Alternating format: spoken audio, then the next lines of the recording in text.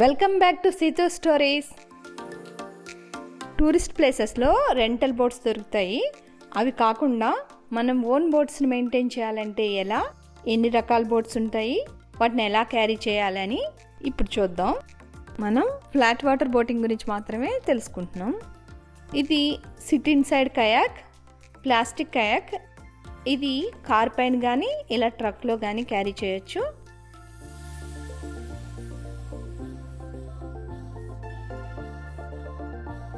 Inside kayaks అంటే legs పైన ఉండకుండా ఇన్సైడ్ ఉంటాయి. ఇలా వెడల్పు ఎక్కువగా ఉండి పొడవు తక్కువగా ఉండే కయాక్స్ స్పీడ్గా వెళ్లకుండా స్టేబుల్గా వెళ్తాయి.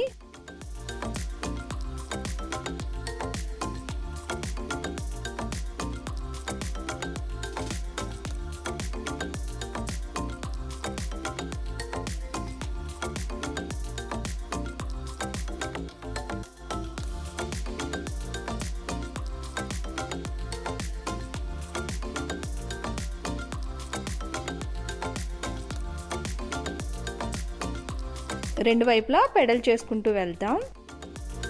వీటిలో కొన్ని థింగ్స్ క్యారీ చేయడానికి వీలుగా కొంచెం ప్లేస్ ఉంటుంది.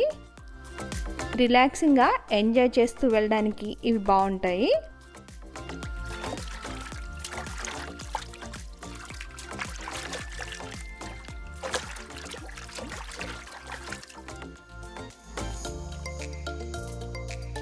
సిట్ ఆన్ టాప్ కయాక్స్ పెద్ద డిఫరెన్స్ ఏమీ ఉండదు, లెగ్స్ పైన ఉంటాయి. కయాక్స్ కారు పైనే కాకుండా ఇలా లోపల కూడా పెట్టుకోవచ్చు. ఇవి సిట్ ఇన్సైడ్ కయాక్సే, కానీ వెడల్పు తక్కువగా ఉండి పొడవు ఎక్కువగా ఉంటుంది. అంటే ప్రొఫెషనల్స్ కొంచెం స్పీడ్గా వెళ్ళడానికి యూస్ చేస్తారు.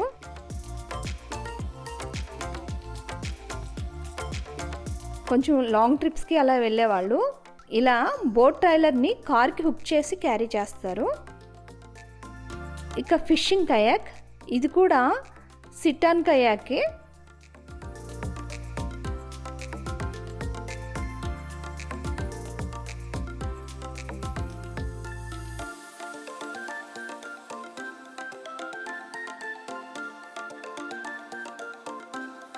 ఇందులో fishing rods and fishing boxes అవి పెట్టుకోవడానికి ప్లేస్ ఉండి కొంచెం పెద్దగా ఫిషింగ్కి కన్వీనియంట్గా ఉంటుంది.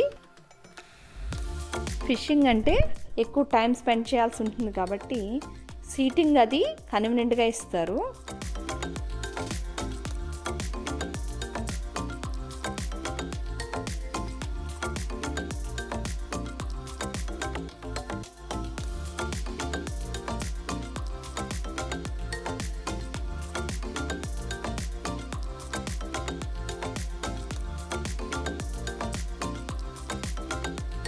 క్యారీ చేసేటప్పుడు కయాక్స్కి చైర్ ఫోల్డ్ చేసుకోవడానికి వీలుగా ఉంటుంది.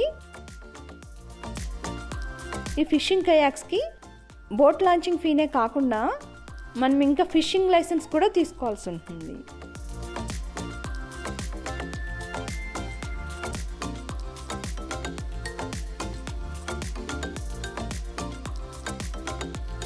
కయాకింగ్ కోసం మనం లోకల్లో వెళ్ళేటప్పుడు మనం యూస్ చేసే ట్రక్ కార్ ఏదైనా కయాక్ టై చేసే ఐటమ్స్ అన్నీ కూడా చాలా ఈజీగా టై చేసేయగలిగేలా ఉంటాయి.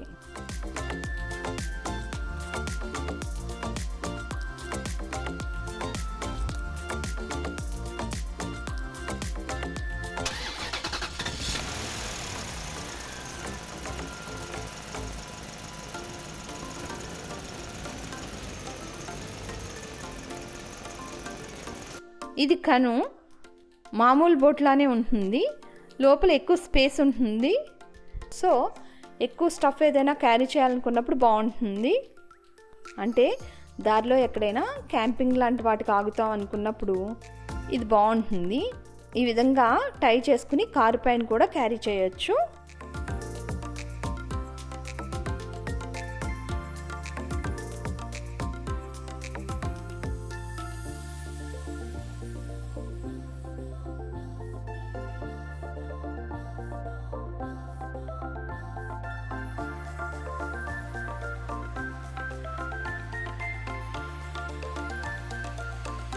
వీటిని పెడల్ బోర్డ్స్ అంటారు. ఇవి ఇన్ఫ్లాటబుల్ ఉంటాయి, సో క్యారీ చేయడం చాలా ఈజీ. ఈవెన్ మన బ్యాక్ ప్యాక్లో కూడా పెట్టుకుని వెళ్ళిపోవచ్చు. కానీ లాంచ్ చేసిన ప్రతిసారి ఎయిర్ ఫిల్ చేసుకోవడం అనేది కొంచెం టైం పడుతుంది. అంతేకాకుండా ఇది రైడ్ చేయడం కూడా కష్టం. సరిగ్గా నేర్చుకోకుండా రైడ్కి వెళ్ళలేం.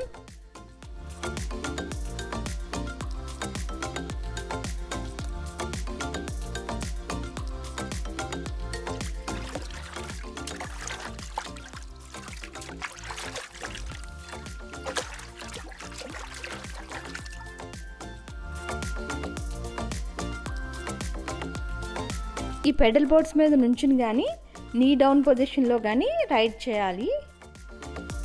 దీనిలో థింగ్స్ ఎక్కువ క్యారీ చేయలేం, ఒకవేళ చేసినా తడిసిపోతాయి.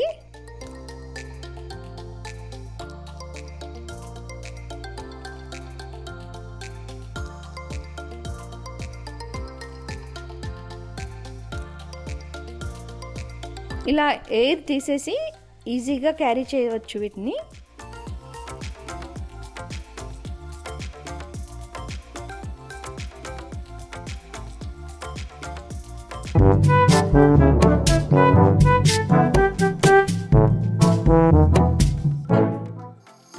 పిల్లలకు సూట్ అయ్యేలాగా చిన్న కయాక్స్ కూడా ఉంటాయి. మీకు కూడా డాగ్స్ని కూడా తీసుకెళ్ళడానికి వీలుగా ఉండే కయాక్స్ కూడా ఉంటాయి.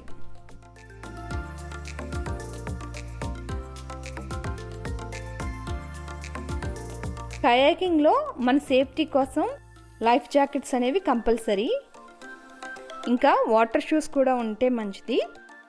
కయాకింగ్కి వెళ్ళిన ప్రతిసారి లాంచింగ్ ఫీ పే చేయాల్సి ఉంటుంది, లేదా ఇయర్లీ మెంబర్షిప్ పాస్ అంటే బోట్ లాంచింగ్ పర్మిట్ తీసుకోవాల్సి ఉంటుంది. ఈ కయాకింగ్కి మనం ఓన్ రిస్క్ మీద వెళ్ళాలి. అంటే లాంచింగ్ టైంలో ఏదైనా ప్రమాదం జరిగినా ఎవరు రెస్పాన్సిబుల్ కారు. సేఫ్టీ కోసం గవర్నమెంట్ ఏమీ ప్రొవైడ్ చేయదు. లైఫ్ జాకెట్స్ మాత్రం కంపల్సరీ.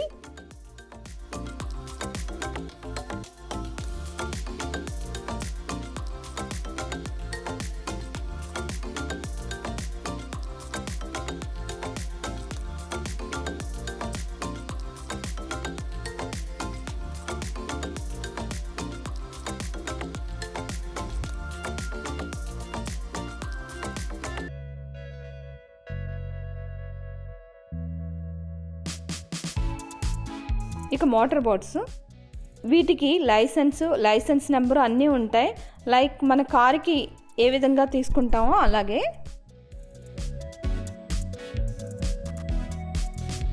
కొన్ని కయాక్స్ కూడా మోటార్ పెట్టుకోవచ్చు, కానీ 10 bhp కంటే ఎక్కువ ఉంటే బోటర్స్ ట్రైనింగ్ అంటే సేఫ్టీ కోర్స్ చేసి సర్టిఫికెట్ తీసుకోవాల్సి ఉంటుంది. ఏ బోట్కైనా లైసెన్స్ అండ్ రూల్స్ ఏ స్టేట్ని బట్టి ఆ స్టేట్కి ఉంటాయి. మోటార్ బోట్స్లో కూడా చాలా రకాలు ఉంటాయి.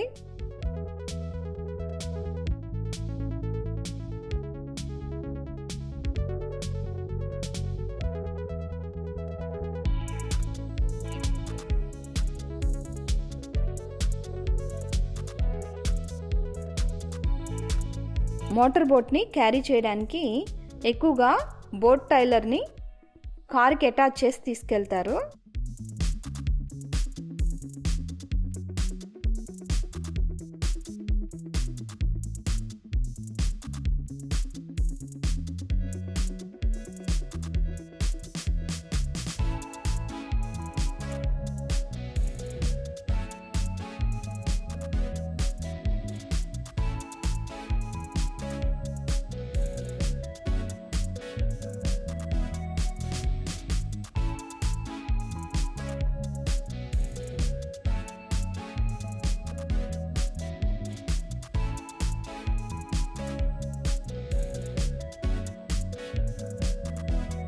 నాకు తెలిసినంత వరకు బోటింగ్ ఇన్ఫర్మేషన్ షేర్ చేశాను.